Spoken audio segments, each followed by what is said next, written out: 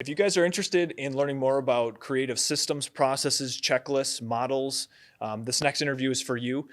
This next couple is John and Julie Flor, and their systems and models is what took them to being the #1 agent in their Eau Claire office. So I'm excited to share you guys their journey and their story and what it is that they do on a day-to-day basis that sets them up for success.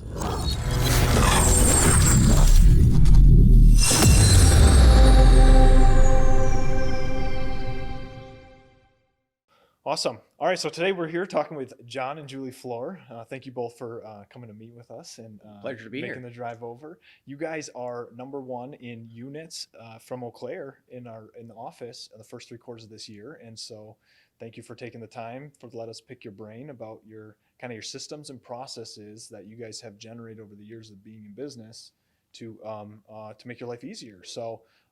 Where'd you guys like to start? Like, kind of bring us up to speed of like how we're here today in real estate.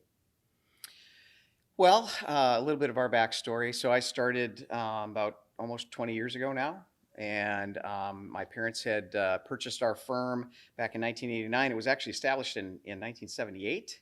So we've been a brand in Chautauqua for 42 years. And I joined them after I left the military, and then I started a team back in about 2012 or 2009. Thank you. And all these numbers. So, and ran basically the firm as a team ever since. And then when we joined Keller Williams, it was a great fit for us. Mm-hmm. And so, but all along when you're running a team, to me it's been very important to have systems and processes in place. And of course, as an ex-military guy, I'm a systems and process person. And so that has made it very important to have that experience that can be, systematized and you can have a consistent experience. Okay, so you want to have good customer experience with your team, with a client or customer. Tell me about like the most impactful system that you guys probably have to help that. Can I take this one? Yeah. Okay, so I think it starts with a very thorough buyer intake sheet. We make sure that we're asking the same questions all the time. And it might be, it's not like, are you pre-approved? What's your address? What's this? What's that? But just by getting conversation and writing things down, like, oh, you're having your third child, you're moving from Atlanta, you're going to your uncle, any particular details, and just finding out the why and asking them questions to get out the emotion. Like, how do you see yourself using this lakefront property? One of my big questions I like to ask in the first conversation is letting them know how important customer service is and how would they define good customer service. And then I just stop and listen. And then we have a pre-offer to closing checklist that we have everybody follow. And it starts with, sending that MLS data sheet to the lender and to the insurance agent, talking to the listing agent before you write an offer. To me, that is the most basic thing and the best way to be successful, because there's times that you'll win an offer because of your closing date. And then every step of the way is communication with the buyer, calling them every week, talking to them, emailing the lender, and then getting back to the listing agent. Listing agent, here's where we are. So you look dynamic and awesome to your client, to the other realtor. You just kind of stay ahead of things by constantly repeating all the steps and procedures, because we know what's going on, but our clients don't. Tell me about post-close or referral systems. What do you guys do? And maybe it's not outlined or on a checklist or anything like that, but what do you guys do systems process-wise to generate more business, let's say post-close or maybe just in a relationship? But we do some fun things. We do a January 15th letter. So when we close something, we have a templated letter that we have that says, hey, it's January 15th and we're all doing our taxes. In case you lost your closing statement and you need it, here it is. And so we stuff these things right after we close, and then they sit on a shelf until January 15th and we mail them. Julie and I try and call people on their birthdays. And of course, now some of that over the years has changed from calling to video emails, or texting, or depending on how those people like to be communicated with. So we do things like that, and then Julie's got even more things that she does. We have an electronic newsletter, and I have to give her kudos. I mean, she joined the firm in 2014, had been a lender and a manager for 10 years, and after getting her feet wet after the first couple of years, really adopted my, feelings of towards checklists and the necessity to have this repeatable process, and has just, jumped in full force and come up with some of these fantastic systems. One of the things that we do that's on my checklist is I put in their house anniversary, and then 7 days before that, I send them a little postcard and send that out. And now the really cool thing is I'm starting to put our checklist into smart plans in Command. So I still am old school. I like a paper thing to check off of and make my little notes, like title was ordered here, this is when this is due. But I'm integrating that with Command as well. And when we have a new buyer that contacts us, and actually maybe, I don't think we mentioned that, with our team, John is the listing agent, and myself and the rest of the agents work with buyers. So if they call in, we'll have that great conversation. And then when I ask them, what's your preferred method of communication? I'm going to be emailing you listings, but how do you want me to check in with you? What's your best way? If it's text, I'll immediately send them a text when we're on the phone, so they've got me in their phone. And then I send out a video email and just say, hey, it's so exciting talking to you. I'm looking forward to helping you find that great family vacation home. My contact information is listed below. And then, we get them set up on a search, and then we set a reminder 48 hours later to check in with them and say, what's your thoughts on the search? And then we do reminders, AKA tasks in Command, like 2 weeks later or 3 weeks later, based on how hot they are or how much property there is, that every, say, week to 6 weeks, depending on the client, we're touching base with them. And it's all through the tasks in Command. Nice. So when I complete a task, I set up another task. Yeah. Okay. You keep it going. Yeah. Is there, talk to me about systems in terms, more systems in running the business side of it. Maybe not so much the client interactions, but as a team, do you guys have like a weekly meeting that you guys talk about? Like walk me through how you run your team. We do have, we have either weekly meeting or tour. So if we've got new properties that have just kind of come on the market, we all go out and take a look at those so everybody's familiar with them and can talk intelligently when somebody, calls in. Or we meet to go through, all of the closings that we've got going on. I keep a complete spreadsheet of all of the deals that we currently have pending and in process. And when those contingency dates are due, so I can keep up on, okay, are you getting this done? Have you gotten the finance contingency done, the appraisal contingency, so on and so forth? Has earnest money been paid? So that's one way that I keep on top of those things. And then when something closes, I've got another spreadsheet set up to make sure the commission was right, make sure everybody's getting paid and split the right amount. And I work with Rachel, our MCA, on payments and all that, and coordinating that everybody's getting paid what they should, and this and that. So a lot of it is that, and then we try and do some a little bit of coaching with our buyer agents. A lot of it is just along the way. We try and be very, very accessible to them. And one of the other processes we do is we ask them to have every single contract reviewed. And I don't care if you're Julie and you've been doing this for 6 years. I would like somebody else, whether it's me or Julie or anybody else in the firm, to take a look and lay eyes on the contract to make sure that everything's there, because 2 sets of eyes, is going to be a lot better than one. Caleb, you brought up systems after people close. So what I actually did, I think my 3rd year in, was I contacted people and said, Caleb, I did a horrible thing. You closed in 2014 and you haven't heard from me once. How are things going?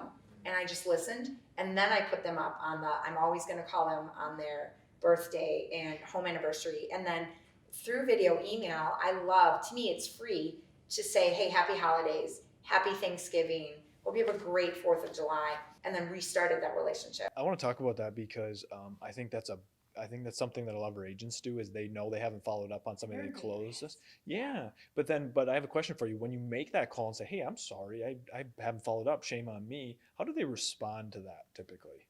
Usually people kind of laugh, or they're like, yeah, I've been busy too. I think of the referrals that I've gotten from my past clients. John mentioned the birthday calls.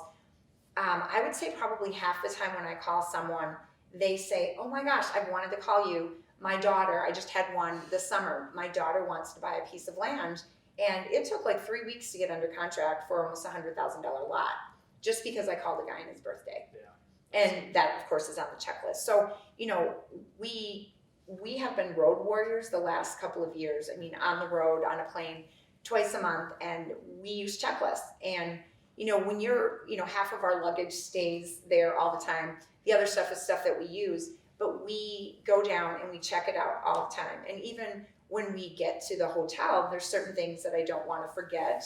And so, like phone chargers, how many people have left a phone charger in the hotel room? So we have checklists for that too. And it helps us be consistent and have that same message.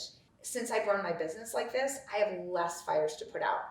It's about being proactive instead of reactive so much.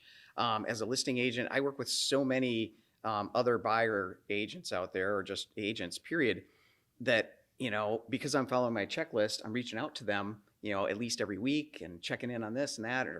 But you couldn't believe how many times I have to send out an email saying, hey, can you give me an update on the financing? Or, hey, the appraisal contingency is due today. Is everything all right? Or it's expiring. And how many of them just are not proactive at all. Yeah. So for us, it's about taking that proactive stance and being on top of the deal. And like we tell our buyer specialists, your job is to manage the transaction. Your job is to manage this entire process so that it's hopefully as painless and seamless as possible to your customer.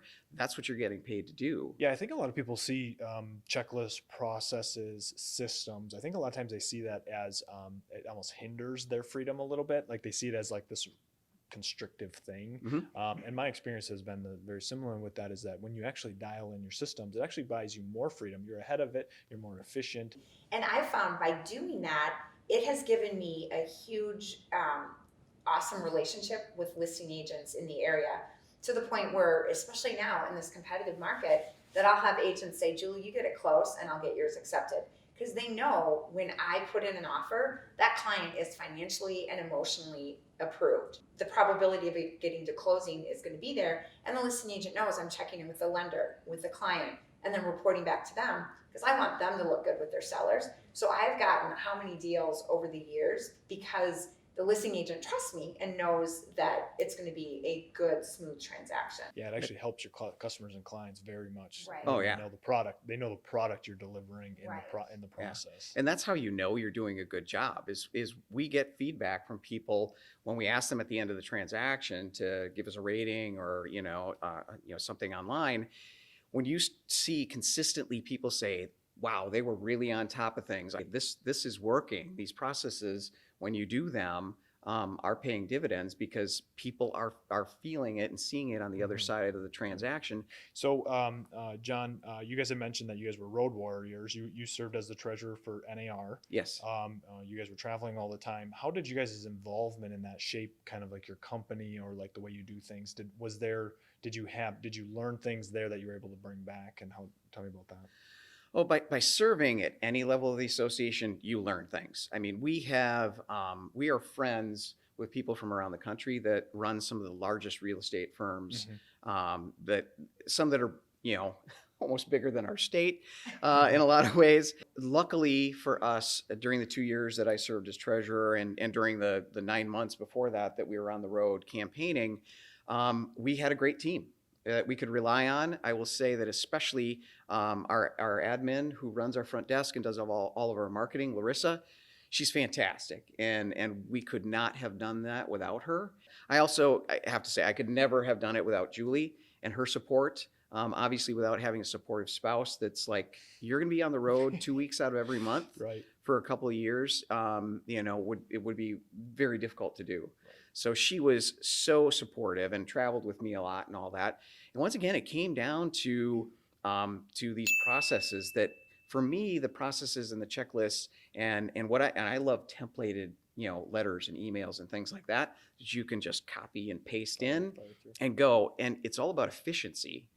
And I think we became so efficient at what we were doing and through technology, we could do our job from halfway around the world. I mean, we were closing deals when we were in Dubai and in China and all that kind of stuff, and handling, things through the internet.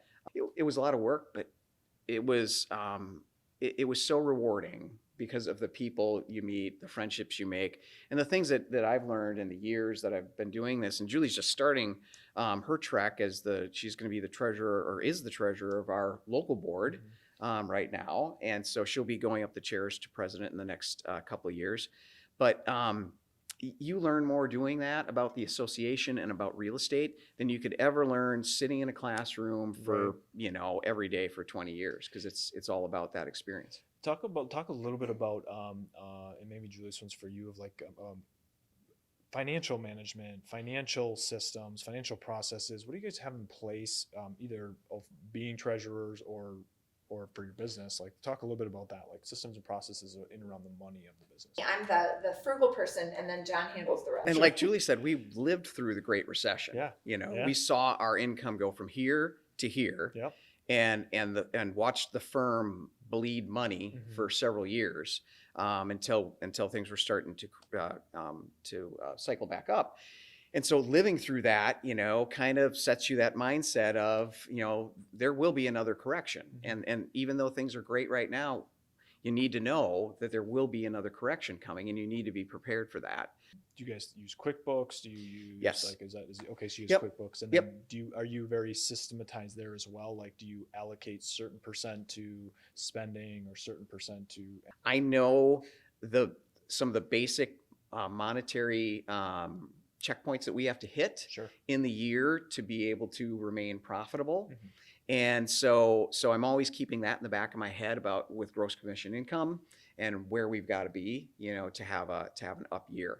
But yeah, I use QuickBooks, try to balance that out every month and see exactly where we're at. We also have a great accountant who we meet with, at least quarterly, and she's helped us with a lot of our business planning and ideas for tax savings. How do you guys audit the systems and processes you have in place? Like, how do you know that's something you're doing? And is this just something you change quickly, or like, how do you pay attention to it? The market shifts, things like that. I was thinking about that, and so we don't have a set process to actually monitor, to audit or monitor it. To me, like, the checklists and processes are a living document. You change as things change, and so I'll give you just an easy example. At the beginning of last year, when the new contracts came out and they added the whole FERPTA thing that we just all loved, And you had to have the FERPTA document in 15 days, prior to closing and all this kind of stuff. So I added things to the checklist saying, okay, you got to get the FERPTA document out. And then like 21 days before closing, I had a reminder, okay, has it been returned to the title company and this and that, to make sure I was hitting those gates. And then of course, when they revised the contract again and made it so that it can happen at closing, then I took it back out. So to me, it's just kind of a living document. And if you're getting feedback from people that, well, this isn't necessary or this is a good thing, then you know that, okay, I either need to remove that from what I'm doing or add something else in there if something's missing. And so we really use it as a living, breathing document, because, or you think of something else that you're like, boy, I should really be doing this, and this would be a really great thing, for me to communicate to my people. So it's just about figuring out those things that So you guys people want to see. You're auditing it quickly. Yes. Almost every day. Just kind of live auditing. Our buyer pre-offer to closing checklist is constantly, I was going to use the phrase too, a living document. One of the things we recently had to add, so up to that point, we would always contact the listing agent after the offer was accepted and say the buyers are married, single, divorced, this will be their primary residence, or they're taking title in a corporation or whatever. So we would send that to the listing agent and sometimes copy the title company right away. And now what I've noticed is, you can't tell someone something just once and have them get it. So we are SixLakes Realty. So even though the contract says drafted by Julie Flor, Keller Williams Realty Diversified, the first couple times I would get the closing statement and it would say SixLakes Realty, or there wouldn't be the BAC fee. So now we added onto our checklist to let the title company know, this is who the commission check gets made out to, and there's a $299 BAC. Were you guys always, did you guys always have this focus, or is this, like, if somebody's new and they're saying, man, listen to these guys, I don't have a checklist or documents or system or my smart plans built yet, like, where would they start? How would they get started in this process? To me, so this came from my background in naval aviation. When you fly, you use checklists. Sure. I mean, when you're Right. landing on an aircraft carrier in the middle of the Pacific Ocean, and that's the only place to land, you got to make sure that you're doing everything that you're supposed to do to get you and your crew. And I was a navigator, I wasn't the pilot, but you got to do everything that you can do to make sure that you're going to get back there safely. For a new agent, just start a checklist. Just start, sit down and decide what area you want to focus on. So is it a closing checklist? Maybe start there. Or is it a listing checklist? And sit down and say, these are all the things that I need to make sure that I'm getting done. And then just add to that or subtract from that as you go. I mean, hey, if you want to reach out to us, I'm sure Julie would be very happy to share her buyer, closing checklist with you. We've shared it with multiple people in the Keller Williams family. Absolutely. So that way you don't have to start from scratch. And there's so many resources on the internet. I mean, besides all the KW things, Breakthrough Broker is a great thing through the years. Yeah, I would say just start. Is the bottom line. You just have to start One of because my it will set you favorite free. lines is you don't have to be good, you just have to be there.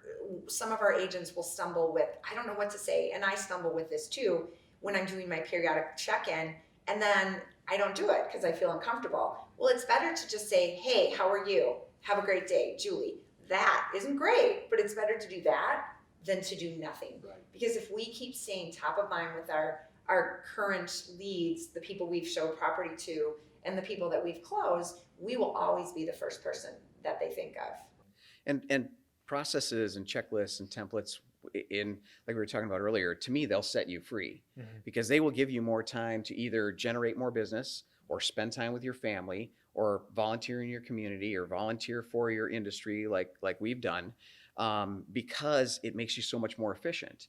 And it just makes you a rock star to your clients.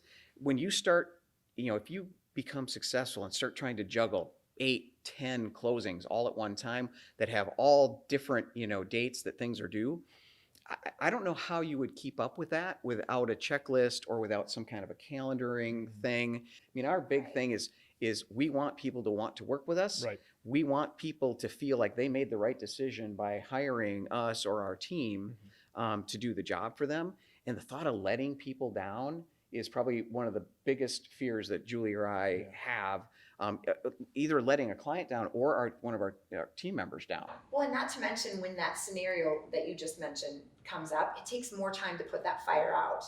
If you're talking to them weekly, I mean, and John, I love this about him, he contacts his listings, at least once a month, and will say, and I remember listening to him when the market had 0 buyers out there. Well, maybe this will be the year. I just wanted to get in touch with you. But I mean, it was relentless. That was part of the system to check in. Is you back in the depths of the recession, like 08, 09, I was probably carrying anywhere from 150 to 170 listings because nothing was selling. Wow.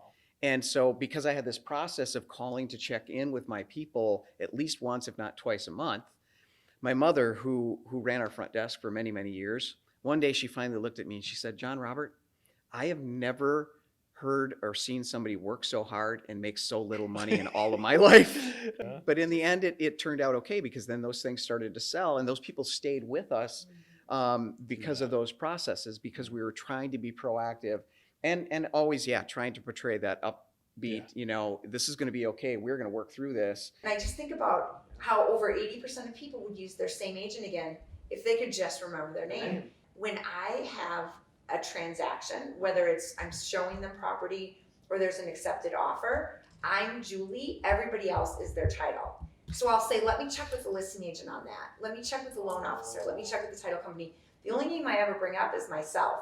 And I'll have people that'll say, isn't your husband the listing agent? Even when it's me. And I'll say yes, but the only name I want you to remember throughout this entire transaction is Julie Flor. I love that. So I always use listing agent, listing agent, listing agent, listing agent. Yeah. And I'm your realtor, Julie Flor. Well, John and Julie, thank you so much for taking time to spend some time with us to talk pleasure. about this. Thanks for making the trip. Congratulations on the successful year, and I wish you continued success through Thank you. the rest of the year. So thank you so much for being here. All right. Thank you. Thank you. Thanks.